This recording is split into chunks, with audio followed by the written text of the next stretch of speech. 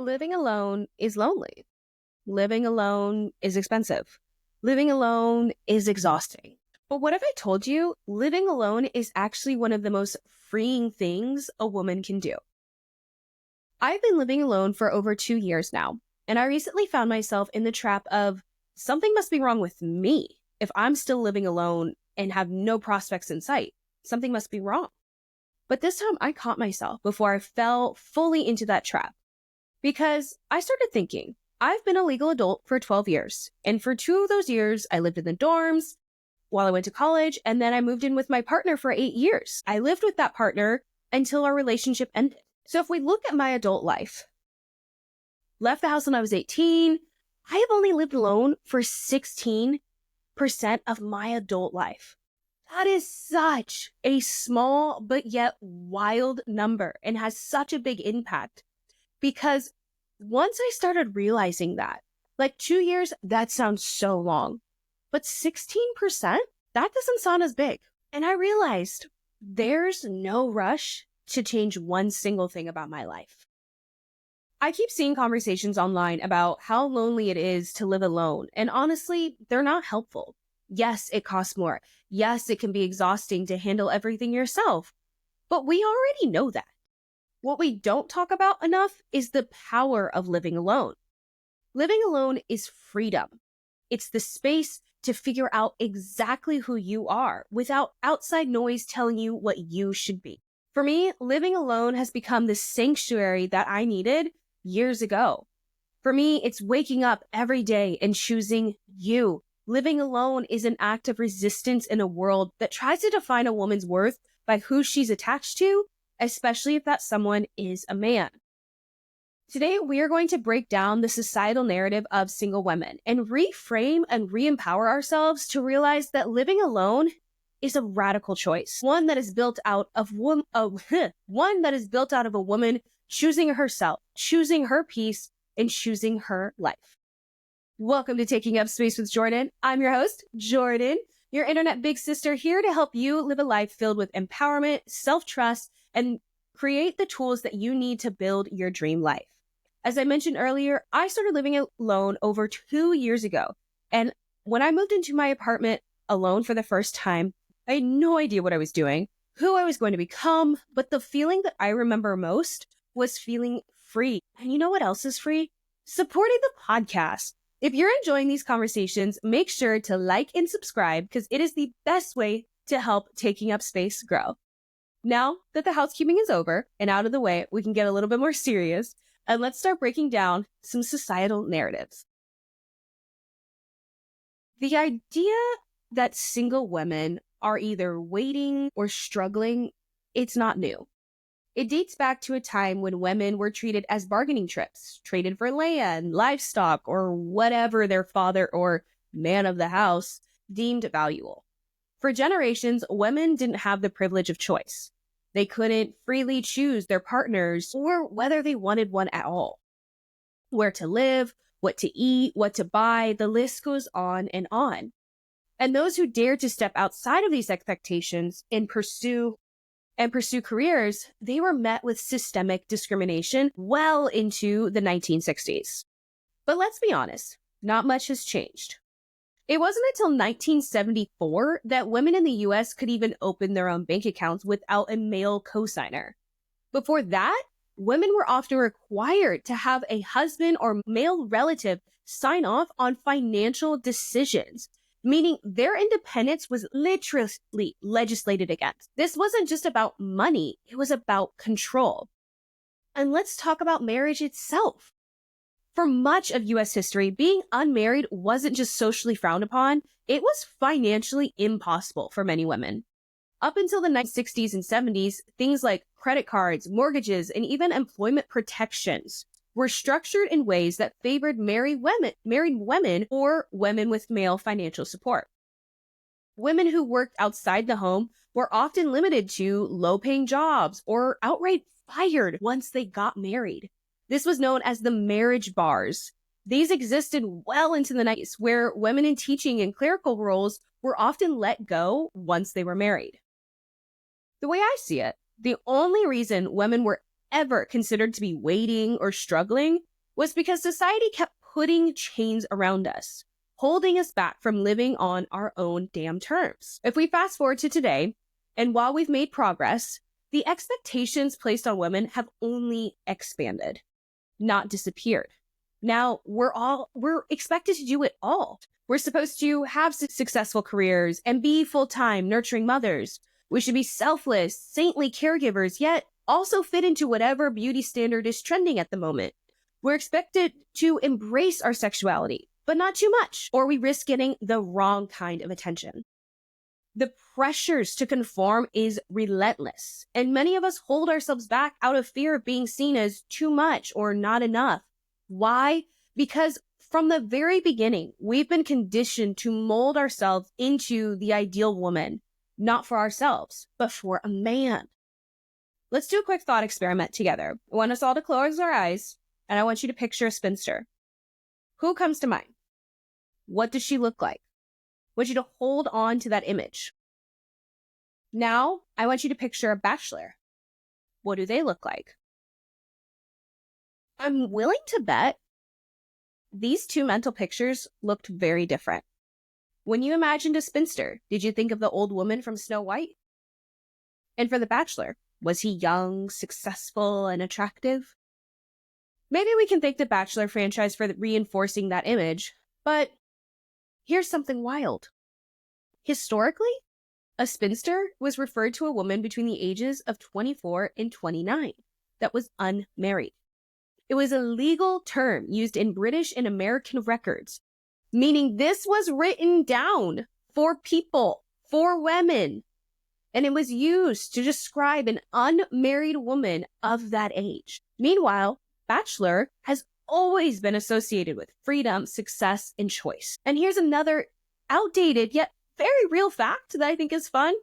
The term old maid was originally tied to something called femme sole status, a legal designation for single women in the 18th and 19th centuries that allowed them to own property and conduct business, but it also marked them as social outcasts. In contrast, married women were legally covered under coverture laws, meaning they had no separate legal identity from their husbands. Imagine this. You are a newly married person and your whole identity went from being you, being a person, to this other person, basically overnight. That is crazy to me. And basically, essentially, women had two choices: become someone's wife or risk being cast aside by society. Those were the options. So why is it that we fully accept a man being single, well into his 30s, his 50s even, yet if a woman remains uncoupled, she must be pitied? Why is she considered too picky or accused of having unrealistic standards? Let me ask you this. When did having standards become a punishment?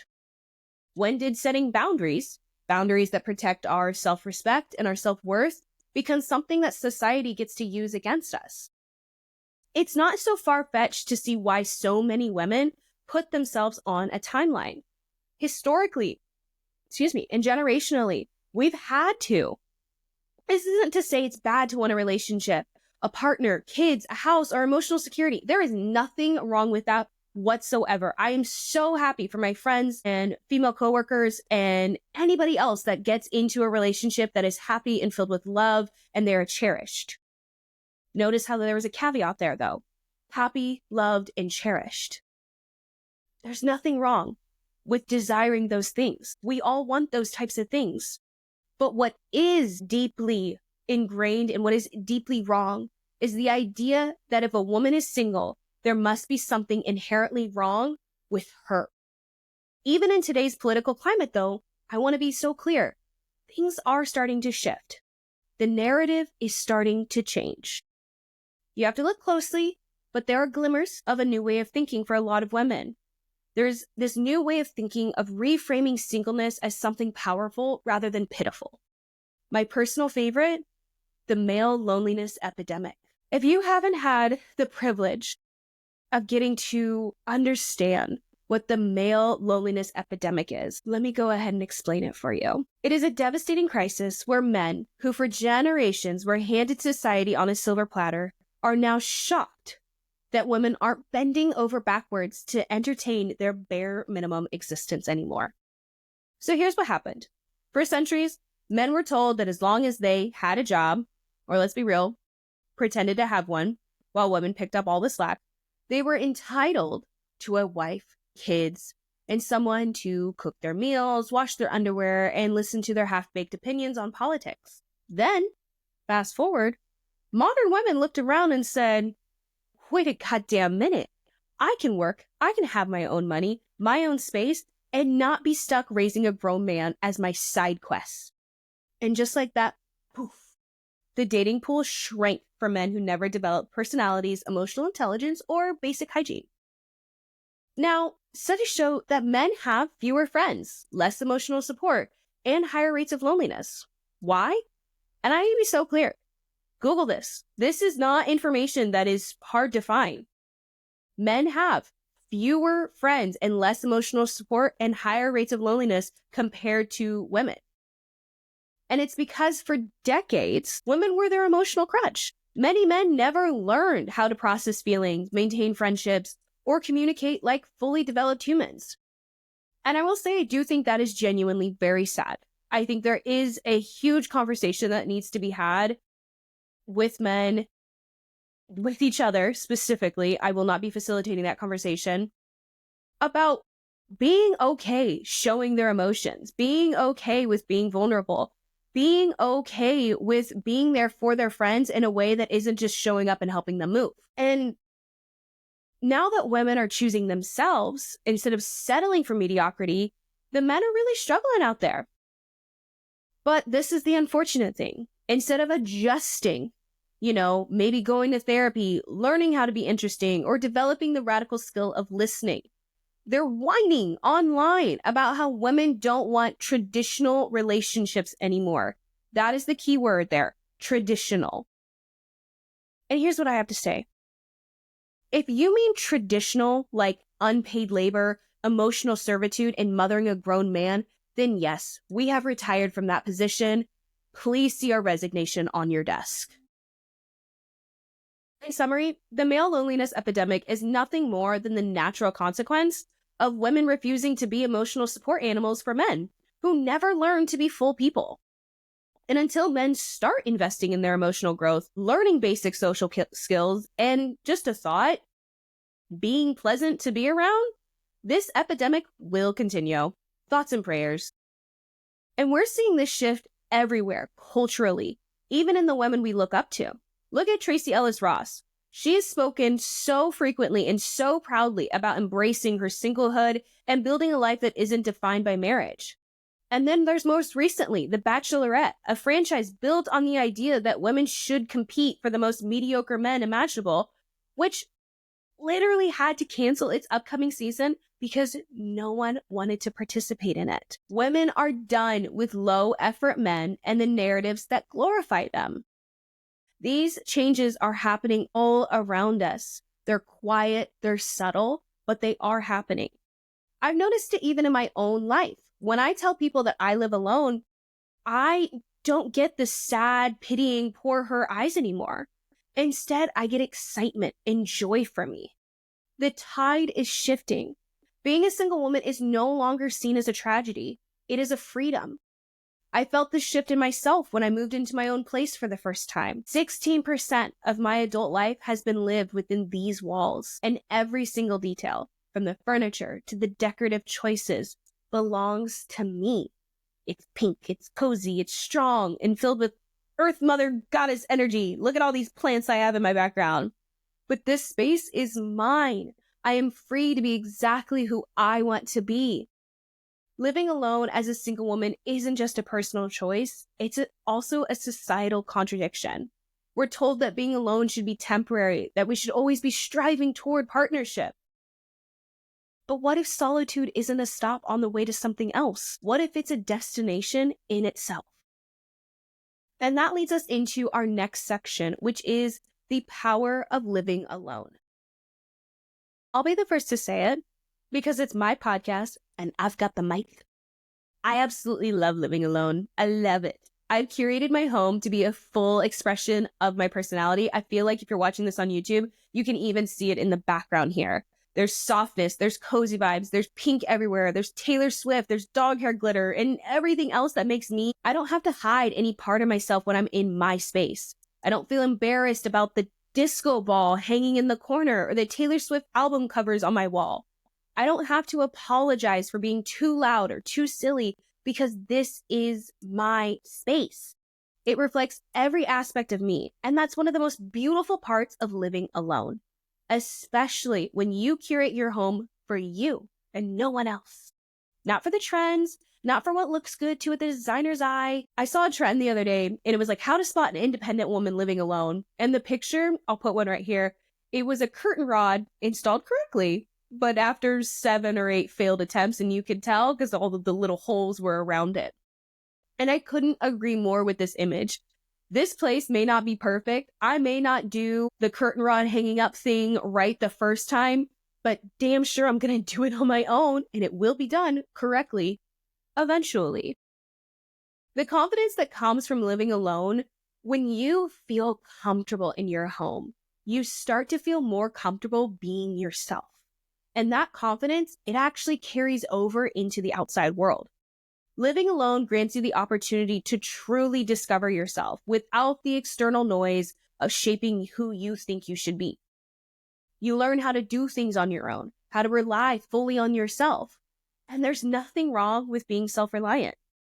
Living alone gives you the space to make mistakes and learn from them in the safety of your home, like how to hang up a curtain rod. It allows you to take your time healing and growing, free from the outside pressure about who you should be and how you should be living your life. When we feel safe in our homes, we open up our minds to different possibilities. We start to envision new paths. It's a gift to only have your own emotions to balance, to be able to sit with your feelings, process them without outside interference, and work through them on your own terms, to cry openly, to comfort yourself, to heal, to laugh, to feel joy, to feel hatred, to feel anger, to feel sadness, all of it. And for me, that has been the greatest part of living alone, my healing journey. I've unpacked more feelings and unresolved issues than I ever did than when I was living with someone else. And here's what I realized. I had already been living alone for quite some time, just within a relationship. I was the one taking the dogs out 3 or 4 times a day. I was the one maintaining the house, cooking, cleaning, buying the groceries, running the errands, entertaining myself, comforting myself. I was already doing everything alone. But when that relationship ended, something shifted. I no longer had to revolve my life around someone else's needs.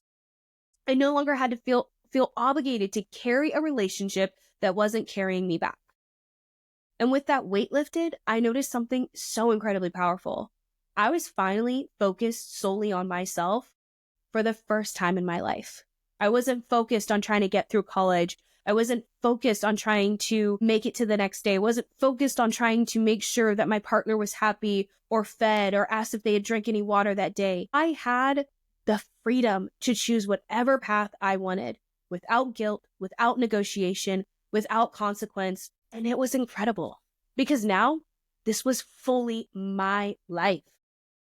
I remember the first moment that a true wave of power and confidence washed over me. It was a sunny morning and I was sitting on my balcony. I was sitting on the ground and because I didn't have any furniture really out there. And I was enjoying my coffee, a little lizard time, just completely at peace. And then I noticed it. I was smiling.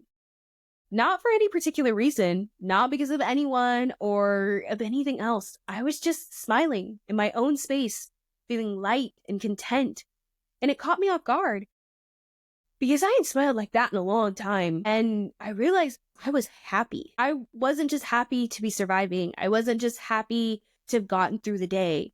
I was happy with my life, happy with who I was becoming, happy after all the sadness, pain, and anguish that I had carried for so freaking long. And in that moment, I had felt more free than I ever had in my whole entire life. That moment was over a year and a half ago. And a few months later, I finally found the confidence to start this podcast. The chain reaction of choosing yourself When you put yourself first, everything in your life starts to shift. Doors open that you never even noticed before. And if a door doesn't open, there's a window. You walk past that you may not have ever considered if you'd had a partner. You begin to realize that your worth isn't tied to being in a relationship. What you can offer another person, but in what you can build for yourself, what you can create, and what you can nurture. Your friendships deepen because you trust yourself to set boundaries. You show up with confidence to saying no to when you need to without any guilt. You learn to prioritize self-care in ways that genuinely makes you feel good, not just performative wellness, but the kind that actually nourishes you and your soul. And when it comes to dating, you approach it with eyes wide open because you know that you're the prize. A relationship becomes the cherry on top of an already beautifully built sundae, not the whole dessert. But just because I love living alone, it doesn't mean it's always easy. There are moments when the silence feels a little too loud, when you wish there was someone there to share the little joys or help carry the weight of life. And that's where the real growth does start to begin. One of the biggest challenges of living alone and being single can be the loneliness aspect. Some days the quiet feels comforting. Other days the loneliness can get really loud, especially when the weather is cold and dreary and you don't feel like going anywhere. It can creep in during the holidays or hit unexpectedly on a random Monday. But here's the thing. Loneliness isn't just about physical loneliness. Loneliness comes in all shapes and sizes. You might move to a new city and where you don't know anyone. You might start a new job where you don't have close coworkers. Or you might experience the loss of a friend or a loved one. And while society often equates being single with being lonely, that's a myth. Being in a relationship doesn't automatically eliminate loneliness. I know this firsthand. Sure, living with someone means that there's another warm body in the house, but that doesn't mean you feel connected. True loneliness isn't about being alone. It's about feeling detached, isolated, and lacking meaningful connection. You can feel lonely in a relationship. You can feel lonely with roommates. Loneliness is not about proximity. It's about connection. That's why I believe in reframing loneliness as peaceful solitude. My home where I live isn't a place of loneliness. It's my fortress of solitude. I can invite people in if I choose, but otherwise it is my space for peace. Solitude to me is freedom. It's the space for thinking, working, and resting without distractions. It's a time for reflection, and most importantly, it's a choice. I've really had to work to reframe this mindset for myself, especially now that I've hit the 2-year mark of living alone, because I realized that I do want to explore the possibility of coupling up with somebody. But the reality is, there are no prospects right now, and that can feel lonely at times, especially because I'm someone who believes that you should really know a person before you move in with them. I've seen the consequences of not fully knowing your partner when you make that decision, and I don't want to make that decision lightly the next time I do it. But I did find myself a few weekends ago that this loneliness feeling hit pretty hard. Maybe it was my TikTok feed, maybe it was just the fact that everyone seemed to be finding someone. But suddenly, I started feeling bad about my life. And I found myself questioning, what's wrong with me? Why am I still alone? But then, as I was staring into the abyss of loneliness, I had a realization. I was not unhappy with my life. That was wrong. That was an incorrect thought. I wasn't unhappy with me. That was wrong. That was an incorrect thought. And that's when I knew I had to shift my mindset. Instead of focusing on what I didn't have, I started choosing to center my thoughts around what I do have. I made myself a cozy dinner, put on a playlist that makes me feel good, and I reminded myself that my life is full. It's full of friendships, it's full of personal growth, and it's full of the freedom to build the life that I love. Cultivating solitude for myself has been a huge act of self-care, a gift to both my present self and my younger self. I get to have the life I wanted when I was a child and the life that I want today. And every win I've had to earn. And I've built routines that make my life enjoyable. And that's one thing that I do think is really important when you live alone, is building routines, not habits necessarily, but just routines that make you feel good inside. For me, it's my morning coffee, my creative work, my walks with my dogs, all of it is mine. I also plan time with friends in advance so that I have things to look forward to. I can connect and socialize, and then I can return to my peace. Another thing I like to do is go on solo dates with myself. I'll walk into a cafe, pick a cozy corner, and order exactly what I want without compromising. I won't have to hear someone's voice say, I don't understand how you can drink that sugary stuff. Well, you don't have to understand it. I like it. And I just sit there watching the world move around me, knowing that I'm fully present in my own life, not trying to entertain somebody else, not waiting for someone else's schedule to align. I'm not debating where to go. It's just me, my thoughts, and the joy of my own company. And I emphasize this distinction between loneliness and solitude because loneliness can feel endless, like something happening to you. But solitude is something you choose and even cultivate. When we start to reimagine our homes as places of solitude rather than symbols of loneliness, we shift our mindset from something really important. We shift it from I'm living alone to I'm living alone. That small mental shift has a snowball effect. It opens us up to new aspects of joy we may not have noticed before. It allows us to be intentional about curating community and finding fulfillment while living alone, rather than seeing it as something to fix. Think about the last time you felt lonely. Was it because you were alone? Or is it because you felt disconnected? And now think about a time when you were alone but happy. What makes the difference? When you start to break down these feelings and emotions, you take away the power of loneliness and are able to reframe and make the mindset shift that's necessary. Every morning, I wake up knowing that I have my space to myself, and there's so much peace in that. I make coffee, I sit on the couch, I journal, and then I decide what I want to do with my day. The beauty of solitude is having the choice. I can invite the world in, spend time with friends, or I can turn my phone off and fully embrace my own company. Solitude is not isolation. It is self-sovereignty. Of course, there are moments when life gets hard, when it would be nice to have a partner to share the burdens or the joys with. But what I love is knowing that even when life is tough, I know that I can still handle it. I am strong enough. And on the days when I don't feel strong enough, I know that I have a community that has my back, ready to support me if I need them. And so do you. And I think the biggest hurdle in combating loneliness is learning to reach out for help. There is nothing wrong with asking your friends for connection, especially your friends that are coupled up or have babies. Whether that's inviting them on a walk, heading to a coffee shop together, or simply talking on the phone while you do chores. Those small moments matter. But also, don't be afraid to just say the words out loud. Say, I'm feeling lonely. When we suffer in silence and put on a brave face for others, it doesn't help anyone, especially ourselves. Your community wants to show up for you if you give them the chance. I really also want to make it clear that living alone is an act of resistance for women. When you live alone, you often find that your relationships with friends, family, and your community, they become stronger. But the most profound relationship you cultivate is the one with yourself.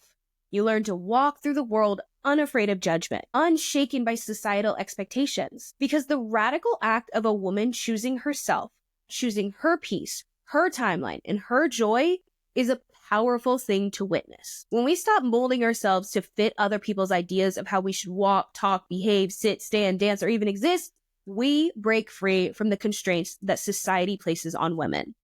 And yes, that kind of freedom makes people uncomfortable, but their discomfort is not our goddamn burden to bear.